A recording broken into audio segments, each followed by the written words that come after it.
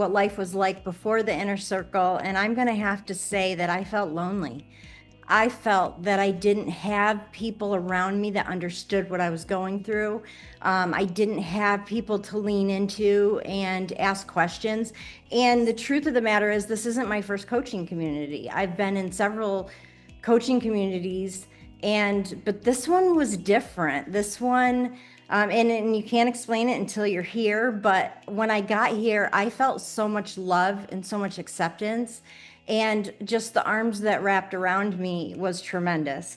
And so I'm going to say that not only did I feel lonely, but I also felt ill-equipped.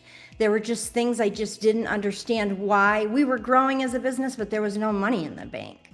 And then we were, we thought we were doing really well, but we didn't have the culture that I envisioned or that I really wanted.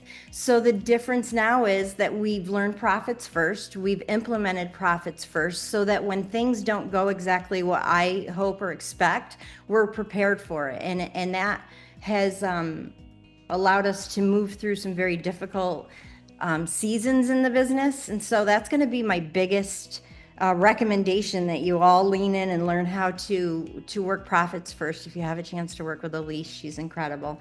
That's going to be my one big takeaway. And again, it's all about the community that is here. These are my family. I've had the ability to create my family, and they all level me up. I play at a high level so I can be with the people that are at that level. And I appreciate each and every one of you. I have so much love for everyone in this community, and I can't wait to see you all next month so I can squeeze you tight.